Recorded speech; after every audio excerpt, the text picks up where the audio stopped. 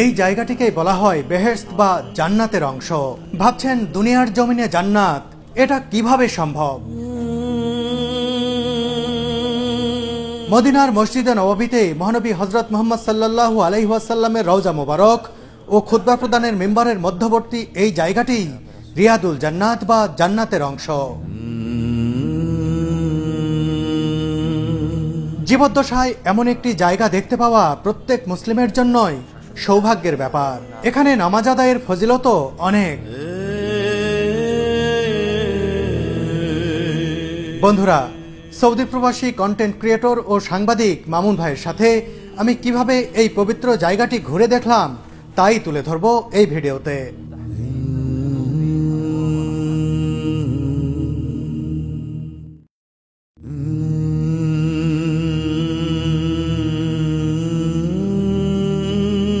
মসজিদে নববী চাঁদের আলোয় এমনই উদ্ভাসিত আজ। মধ্যরাতে রিয়াদুল জান্নাত বা জান্নাতের অংশ দেখতে এসে পবিত্র এই মসজিদের এমন মোহনীয় রূপ দেখতে পাবো ভাবিনি। আগেই বলেছি মদিনা প্রবাসী মামুন ভাই আজ আমাকে নিয়ে যাবেন রিয়াদুল জান্নাতে। কিন্তু তার আগে সংক্ষেপে জানিয়ে দিতে চাই পবিত্র এই জায়গাটি পরিদর্শনের নিয়ম কানুন। আপনি ইচ্ছে করলেন আর জায়গাটি ঘুরে আসলেন, বিষয়টি এমন নয়। সেখানে যাওয়ার আগে থেকেই রেজিস্ট্রেশন করে অনুমতি ও সময় নিয়ে রাখতে হবে। নুসুক নামের এই অ্যাপে রেজিস্ট্রেশনের পরেই জানতে পারবেন কোন সময়টি আপনার জিয়ারত তথা পরিদর্শনের জন্য নির্ধারিত হয়েছে। সেই মোতাবেক আপনাকে হাজির থাকতে হবে। অন্তত 7 দিন আগে থেকে রেজিস্ট্রেশন না করলে পারমিশন পাওয়া কঠিন হয়ে যায়। যদিও আমি 7 দিন আগে থেকে নুসুক অ্যাপে রেজিস্ট্রেশনের চেষ্টা করেও না পেয়ে হতাশ হয়েছিলাম। পরে মদিনায় অবস্থানরত মামুন ভাই, সামির ভাই, জুয়েল ভাই মিলে বাংলাদেশি অন্য ভাইদের মাধ্যমে পারমিশন ম্যানেজ করে দিলেন। তাদের সবার প্রতি অশেষ কৃতজ্ঞতা জানাই আমি। বলে রাখি, আমার সহধর্মিনী সুরভির জিয়ারার সময় দেয়া হয়েছিল রাত 10টায়, আর আমাকে আর মামুন ভাইকে সময় দেয়া হয়েছে রাত 2টায়। এ কারণেই এই মধ্যরাতে হাজির হয়েছি মসজিদে নববীতে।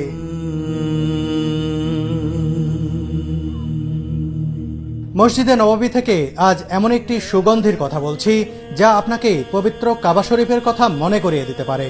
কাবা শরীফে প্রবেশ করার সাথে সাথে যে মনোমুগ্ধকর সৌরভ পাওয়া যায় তা থেকে অনুপ্রাণিত হয়েই তৈরি করা হয়েছে কিসওয়াতুল কাবা নামের এই সুগন্ধি। কাবা শরীফে ব্যবহৃত সেই সুগন্ধির সাথে তুরস্কে তৈরি এই সুগন্ধির মিল পাবেন শতভাগ। এটি সম্পূর্ণ হালাল ও অ্যালকোহল মুক্ত। অরিজিনাল কিসওয়াতুল কাবা কিনতে যোগাযোগ করুন ওয়াজির সাথে। এটি আপনার ঘর, অফিস রুম কিংবা মসজিদে এনে দিতে পারে দীর্ঘস্থায়ী মোহনীয় পরিবেশ। আজ মদিনায় অনেক শীত, ঠান্ডা লেগে আমার গলার স্বরও বসে গেছে।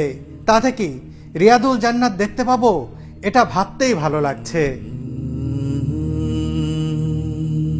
আমার পিছনে রয়েছে রওজা মোবারক, দুনিয়ার শ্রেষ্ঠ মানব যেখানে শাহিত রয়েছেন। আমরা সেই জায়গায় আজকে 2 রাকাত সালাত আদায় করব, যেটাকে দুনিয়ার জান্নাত বলা হয়, রিয়াজুল জান্নাহ বা জান্নাতের টুকরো। আমরা সেই জায়গায় সালাত আদায় করব, সাথে সাথে আমরা রওজা শরীফ সালাম দেব।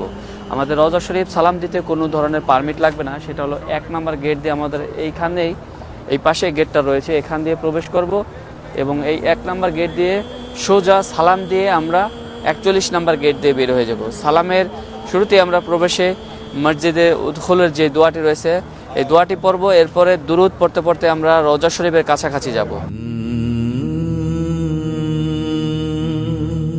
মামুন ভাইয়ের সাথে নবীজি সাল্লাল্লাহু আলাইহি ওয়াসাল্লামের রওজা মোবারক জিয়ারতের জন্য এগিয়ে যাচ্ছি। রওজা মোবারকে সালাম দিয়ে বেরিয়ে আসার পরই রিয়াদুল জান্নাতে প্রবেশের লাইনে দাঁড়াতে হবে।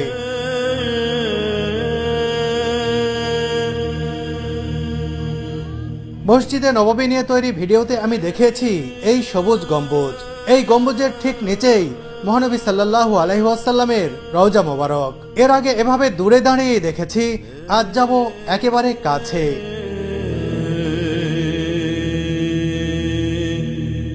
আমাদের পিছনে যে গেটটি দেখা যাচ্ছে আমরা এই গেটটি দিয়ে এখন প্রবেশ করব এবং ওই দিক থেকে ঘুরে এসে আমরা 1 নম্বর গেট দিয়ে প্রবেশ করব। আর দুনিয়ার শ্রেষ্ঠ জায়গা, শান্তির জায়গা মদিনা শহর, যেখানে সবাই এসে যেই সবুজ গম্বুজ আমরা সবসময় টিভিতে এবং মোবাইলের স্ক্রিনে দেখে থাকি তা সরাসরি আমরা দেখতে পাচ্ছি। এখন নিজ চোখে দেখছি আমরা। মাশাআল্লাহ তাবারাকাল্লাহ। এবং ভিতরে গেলে মনে হবে যে আমরা হয়তোবা জান্নাতের কোনো দরজা দিয়ে প্রবেশ করছি। এত সুন্দর, এত ভালো লাগবে।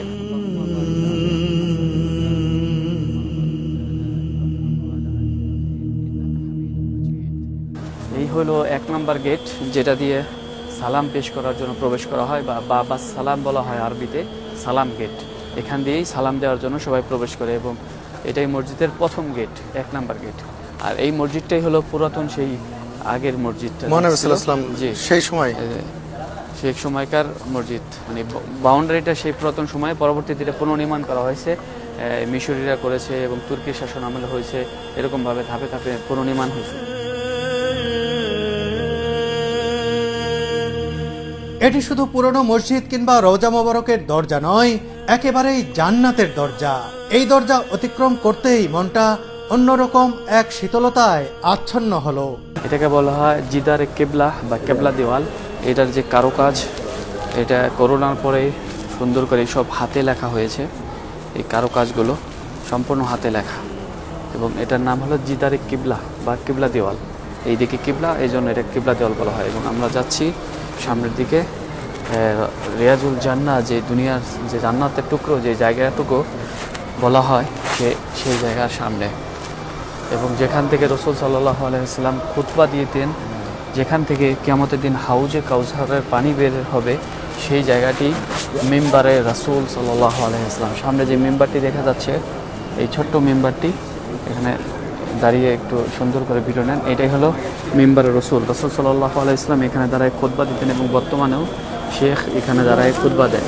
এখান থেকেই হাউজের কাউসারের পানি বের হবে কিয়ামতের সময়। এটাই কি রিয়াজুল জান্নাহ? এইটাই রিয়াজুল জান্নাহর অংশ, এখান থেকেই শুরু।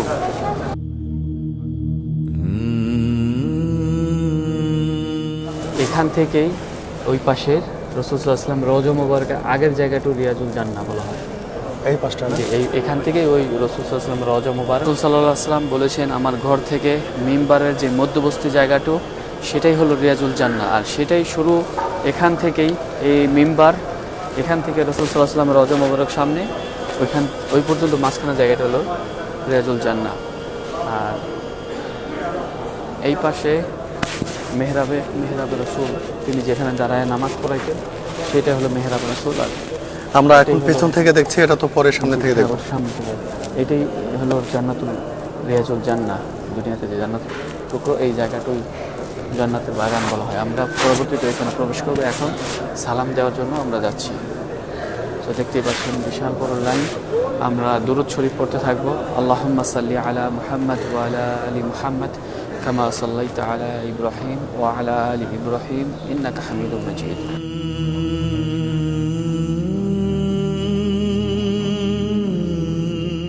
আলা আলি ইব্রাহিম ইন্নাকা হামিদুম মাজিদ।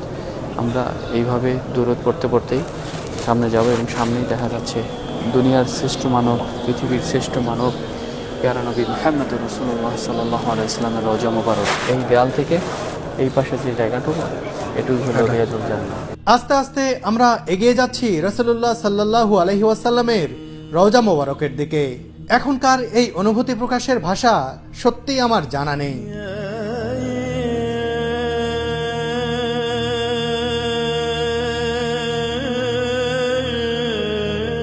রওজা মোবারকের রেলিং পরিষ্কার করছেন কিছু বাংলাদেশি ভাই। আপাত দৃষ্টিতে এটি চাকরি বা কাজ, কিন্তু ধর্মীয় দিক বিবেচনায় কাজের পাশাপাশি এটি বিরাট সওয়াবের ও সৌভাগ্যের বিষয়। নবীজির রওজা মোবারকের খেদমত করার সুযোগ কজন আর হয়?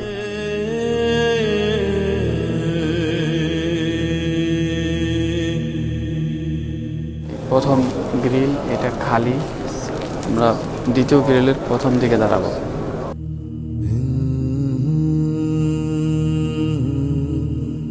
এবার নবী করিম সাল্লাল্লাহু আলাইহি ওয়াসাল্লামের রওজা মোবারকের একেবারে সন্নিকটে চলে এলাম আমরা। এই ছিদ্রযুক্ত গ্রিলের ঠিক ওপাশেই চিরনিদ্রায় শায়িত রয়েছেন দিনের নবী হযরত মুহাম্মদ সাল্লাল্লাহু আলাইহি ওয়াসাল্লাম। নিজ চোখে নবীজির রওজা মোবারক দেখে ও সালাম পেশ করে অন্যরকম এক শান্তি পেলাম। মহানবী সাল্লাল্লাহু আলাইহি ওয়াসাল্লামের ঠিক পাশেই রয়েছে হযরত আবু বকর রাদিয়াল্লাহু তাআলা আনহুর কবর। তারপরেই শায়িত রয়েছেন হযরত ওমর ফারুক রাদিয়াল্লাহু তাআলা আনহু। এটা রাসূল সাল্লাল্লাহু আলাইহি ওয়াসাল্লামের এক স্ত্রীর ঘর ছিল। তিনি বলছিলেন যে আমি এখান থেকে সবসময় তার কবর দেখব। জাইনাব নামে এক স্ত্রী ছিল।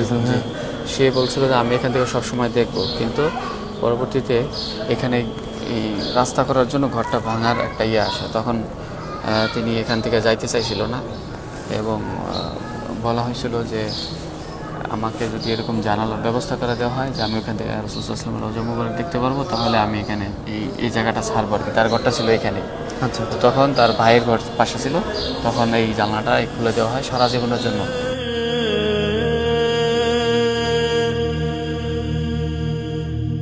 এটা হলো মসজিদের শেষ গেট। আচ্ছা, 41 নম্বর গেট। 1 নম্বর দিয়ে ঢুকলাম, 41 নম্বর দিয়ে বের হলাম, মানে বাবাল বাকিয়া বলা হয়। ডোর নাম্বার 41 পাশে লেখা আছে, দেখুন এখন পর্যন্ত 41 নম্বর গেট।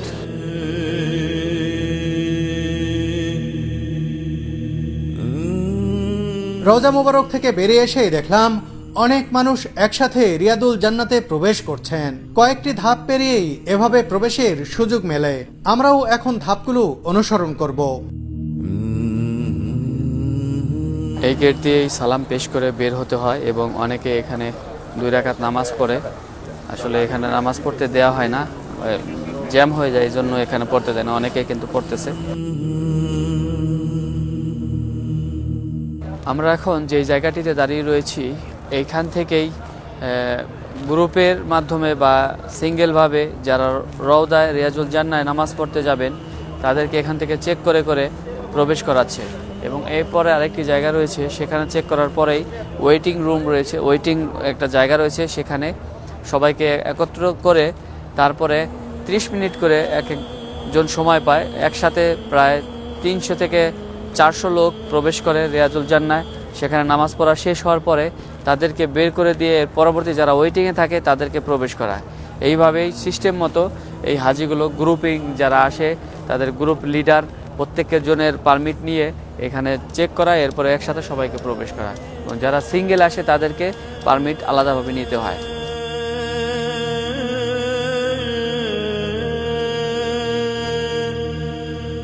আমাদের পারমিট দেখে ধীরে ধীরে সামনে এগিয়ে যেতে থাকলাম। কিছু দূর এভাবে এগিয়ে যাওয়ার পর আমাদের বসতে দেয়া হবে। আমাদের এখন সব চেকিং শেষ, এখন আমরা গিয়ে ওয়েটিং রুমে বসবো। এরপরে আমরা ডেকে নেবে আমাদের যারা ভিতরে আছে, তারা বের হলে এই পাশটা আগে নিবে, এরপরে এরা আবার যখন বের হবে তখন আমাদের নিবে।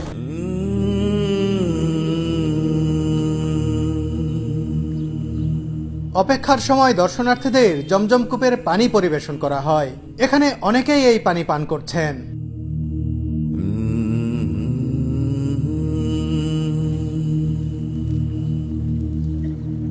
প্রায় আধা ঘন্টা অপেক্ষার পর আমাদের সময় এলো রিয়াদুল জান্নাতের ভেতরে প্রবেশের। অনেক মানুষের সাথে আমরাও সেদিকে এগিয়ে যেতে থাকলাম। 40 নম্বর গেটটিকে বলা হয় বাবে জিব্রিল। এই গেট দিয়েই জিব্রাইল আলাইহিস সালাম নবীজি সাল্লাল্লাহু আলাইহি ওয়াসাল্লামের কাছে আল্লাহর ওহী নিয়ে আসতেন।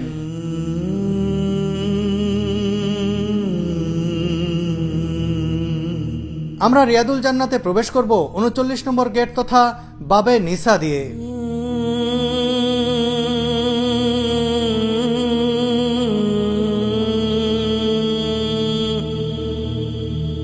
দীর্ঘ প্রক্রিয়া ও প্রতীক্ষার পর অবশেষে আমরা প্রবেশ করলাম রিয়াদুল জান্নাত বা জান্নাতের অংশের ভিতরে। দুনিয়াতে থাকা বেহেশত বা জান্নাতের খণ্ডাংশ বলা হয় এই পবিত্র জায়গাটিকেই। এখানে প্রবেশ করার অনুভূতি বলে বোঝানোর মতো নয়। কিভাবে প্রকাশ করব মনের অভিব্যক্তি তা আসলে আমার অজানা।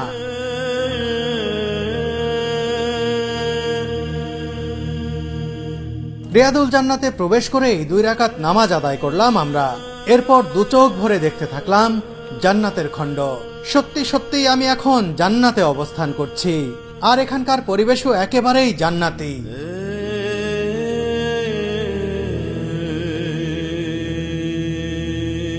এটি মহানবী সাল্লাল্লাহু আলাইহি ওয়াসাল্লামের রওজা মোবারক। এর সামনে থেকেই সালাম দিয়ে এসেছি কিছুক্ষণ আগে। এই রওজা মোবারক থেকে এই যে মিম্বার দেখতে পাচ্ছেন, এর মধ্যবর্তী জায়গাটুকুই জান্নাতের অংশ। রাসূলুল্লাহ সাল্লাল্লাহু আলাইহি ওয়াসাল্লাম এই জায়গাটিকেই জান্নাতের অংশ হিসেবে উল্লেখ করে গেছেন। বুখারী হাদিস অনুসারে নবীজি সাল্লাল্লাহু আলাইহি ওয়াসাল্লাম বলেন, আমার ঘর তথা বর্তমান দাফনের জায়গা এবং মেম্বরের মাঝের জায়গা জান্নাতের বাগানগুলোর একটি। রিয়াদুল জান্নাতের ভেতরে বেশ কয়েকটি স্তম্ভ বা খুঁটি রয়েছে। এগুলোকে রহমতের স্তম্ভ বলা হয়। উসমানীয় শাসনামলে স্তম্ভের সংস্কারের পাশাপাশি এর গায়ের কারুকাজে স্বর্ণের প্রলেপ দেওয়া হয়েছিল বলে জানা যায়। রাসূলুল্লাহ সাল্লাল্লাহু আলাইহি ওয়াসাল্লামের যুগে এসব খুঁটি ছিল খেজুর গাছের।